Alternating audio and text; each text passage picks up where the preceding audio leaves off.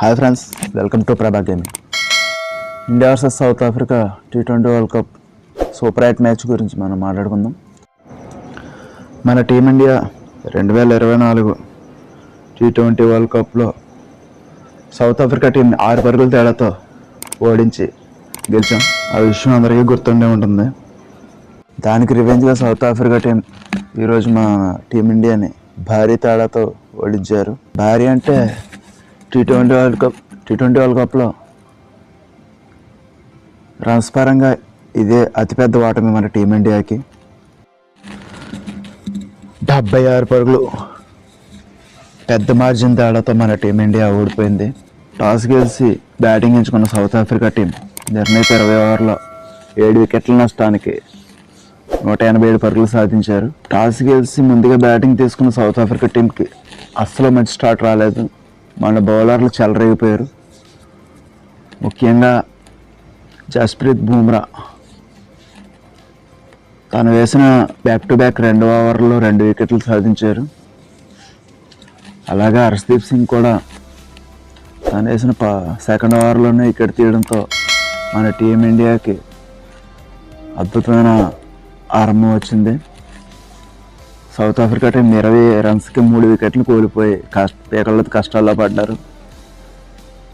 ఇలాంటి టైంలో devil Brevis, David Miller ఇద్దరు కలిసి ఆల్మోస్ట్ 200 స్ట్రైక్ రేట్తో 50 బంతుల్లోనే 97 పరుగులు భారీ భాగస్వామ్యాన్ని వేగంగా సమకూర్చారు. ముఖ్యంగా devil Brevis and David Miller మన టీమిండియా స్పిన్నర్స్ని చాలా బాగా కౌంటర్ చేసి ఎదురుదడికి దిగి పరుగులు పిండుకున్నారు. ముఖ్యంగా మన ట్రంప్ కార్డ్ అయిన వరుణ్ చక్రవర్తిని అలాగే వాషింగ్టన్ సుందర్ని తీసుకొచ్చి అక్షర్ పటేల్ని కూర్చోబెట్టారు. అక్షర్ పటేల్ T20లో best batsman, best finisher, best bowler, best safe batter, ముఖ్యంగా సేఫ్ బ్యాటర్. తన మిడిల్ ఆర్డర్లో మన టీమిండియాకి ఎంతో మంచి కాంట్రిబ్యూషన్ ఇస్తాడు. అది 2024 వరల్డ్ కప్ ఫైనల్ మ్యాచ్లో కూడా చూసాం. విరాట్ కోహ్లీతో ఎంతో మంచి అద్భుతమైన భాగస్వామ్యం చేసి మన టీమిండియాకి ఆల్మోస్ట్ మంచి స్కోర్ అందించారు. అక్షర్ పటేల్ని తీసేసి వాషింగ్టన్ సుందర్ని తీసుకొచ్చి మన వాళ్ళు పెద్ద ప్రయోగమే చేశారు. ఆ ప్రయోగం బెడిసికొట్టిందని చెప్పుకోవచ్చు. ముఖ్యంగా Washington Sundar fielding, batting, bowling అన్ని విభాగాల్లోనే పూర్తిగా తేలిపోయాడు. మరి నెక్స్ట్ మ్యాచ్లో మన వాళ్ళు ఎలాంటి మూవ్ తీసుకుంటారు? అక్షర్ పటేల్ని తీసుకొస్తారా, వాషింగ్టన్ సుందర్ని కంటిన్యూ చేస్తారో చూడాలి. Devil Brevis and David Miller మధ్య వచ్చిన అద్భుతమైన భాగస్వామ్యాన్ని శివం దూబే విడదీశారు. శివం దూబే 2 ఓవర్లు వేసి తను రన్స్ ఇచ్చాడు. కాకపోతే కీలకమైన వికెట్ సాధించారు. ఈ మ్యాచ్లో ముఖ్యంగా జస్ప్రీత్ బుమ్రా మాత్రం చాలా టైట్ లెంత్తో బౌలింగ్ చేస్తూ రన్స్ని కంటెంట్ చేయడమే కాకుండా వికెట్లు కూడా సాధించారు. అలాగే హర్షదీప్ సింగ్ కూడా 2 వికెట్లు వచ్చినాయి. కానీ స్పిన్నర్స్ మాత్రం సౌత్ ఆఫ్రికా టీం చాలా బాగా ఎదుర్కొన్నారు మన టీమిండియా స్పిన్నర్స్ని. 188 పరుగులు టెస్ట్ అండ్ స్టబ్స్ ఆఖరి వరకు ఉండి వికెట్లు పడినప్పటికీ మంచి గౌరవప్రదమైన స్కోర్ అందించారు. డెవెల్ బ్రేవిస్ 45, డేవిడ్ మిల్లర్ 63, టెస్ట్ అండ్ స్టబ్స్ 45 పరుగులు సాధించారు. డేవిడ్ మిల్లర్తో 35 పరుగులు విలువైన పార్ట్నర్షిప్. ఆఖరిలో కాకేశ్వర రాబాడాతో కలిసి 20 పరుగుల పార్ట్నర్షిప్ 7 బంతుల్లోనే టెస్ట్ అండ్ స్టబ్స్ అద్భుతమైన బ్యాటింగ్ చేశారు. 188 పరుగుల లక్ష్యంతో బరిలో దిగిన మన టీమిండియా ఏ దశలోనే లక్ష్యం తీసుకొని సాగలేదు.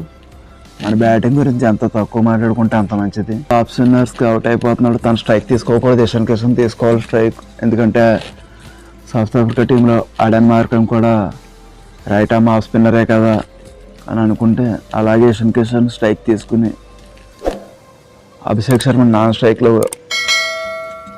దిగారు. అభిషేక్ శర్మ బదులుగా ఇషాన్ కిషన్ డకౌట్ అయ్యాడు ఈరోజు మ్యాచ్లో. 4 బంతులు ఎదుర్కొన్నాడు అడెన్ మార్కమ్ బౌలింగ్లో. 4వ బంతికి గాల్లో షిప్ చేసి అవుట్ అయిపోయాడు. తర్వాత తిలక్ వర్మ కూడా స్ట్రగుల్ అవుతూ బ్యాటింగ్ చేసి తను కూడా అవుట్ అయిపోయాడు.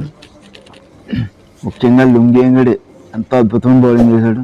అస్సలు తన బౌలింగ్లో రన్స్ రాలేదు. తన స్లోయర్ వన్స్ డిప్ అవుతూనే ఉన్నాయి. తను బౌలింగ్ చేస్తుంటే మన బ్యాట్స్మెన్లు అసలు బాల్ అందుకోలేకపోయారు. అసలు రన్స్ సింగిల్ తీయడానికి కూడా ఎంతో కష్టపడ్డారు. దాంతోపాటు మార్కో యాన్సన్ కూడా అద్భుతమైన బౌలింగ్ చేశారు. కేశవ్ మహారాజ్ రన్స్ ఇచ్చినప్పటికీ వికెట్ని తీశాడు. ముఖ్యంగా ఆడన్ మార్కర్ తీసిన ఫస్ట్ వికెట్ అయితే అక్కడే డన్ అండ్ అవుట్గా అయిపోయాం. మనం ఏ దశలోని లక్ష్యం దిశగా వెళ్ళలేదు. అభిషేక్ శర్మ కూడా తక్కువ రన్స్కి అవుట్ అయిపోయాడు. ఇషాన్ కిషన్, తిలక్ వర్మ, అభిషేక్ శర్మ తొందరగా వికెట్లు పడేసుకోవడంతో మన టీమిండియా స్కోర్ అక్కడికే అయిపోయింది. మిగతా వాళ్ళు కూడా ఎవరు పెద్ద స్కోర్ చెప్పుకోదగిన స్కోరే చేయలేదు. శివం దేవి 35 రన్స్ మినహా చెప్పుకోదగిన విధంగా 3 సిక్సర్లు బౌండరీ సాయంతో 42 పరుగులు సాధించాడు. హార్దిక్ పాండ్యా 18 పరుగులు సాధించారు. మిగతా బ్యాట్స్మెన్ ఎవరు కూడా 100 స్ట్రైక్ రేట్తో కూడా ఆడడానికి ఇబ్బంది పడ్డారు. ఇంకా 7 బంతులు మిగిలి ఉండగానే మన బ్యాట్స్మెన్ ఆల్అౌట్ అయిపోయారు. ఇదే విధంగా కొనసాగితే సూపర్ 8 నుంచి మన టీమిండియా వెనక్కి వచ్చేయచ్చు. ఇదే ప్రత్యర్థి ఫైనల్లో ఎదురైనా సరే 2024కి రివెంజ్ తీర్చుకుంటారు మళ్ళీ సౌత్ ఆఫ్రికా. మన బ్యాటింగ్ ఒక మ్యాచ్లోనే జడ్జ్ చేయడం మంచిది కాదు, కానీ బాగా ఆడలేదని చెప్పుకోవాలి. అసలు ముఖ్యంగా వాళ్ళ బౌలర్లని మన బ్యాట్స్మెన్ అస్సలు అంచనా వేయలేకపోయారు. వాళ్ళ బ్యాట్స్మెన్ ముగ్గురు కలెక్టివ్ పర్ఫార్మెన్స్ ఇచ్చి మంచి స్కోర్ సాధించారు. అలాగే మన బ్యాట్స్మెన్ ఒకరు కూడా ఒక హాఫ్ సెంచరీ కూడా సాధించలేదు. ఇదే మన టీమిండియాకి పెద్ద డిఫెక్ట్గా నిలిచింది. వీడియోని లైక్ చేయండి, షేర్ చేయండి, సబ్స్క్రైబ్ చేయండి. Okay, bye.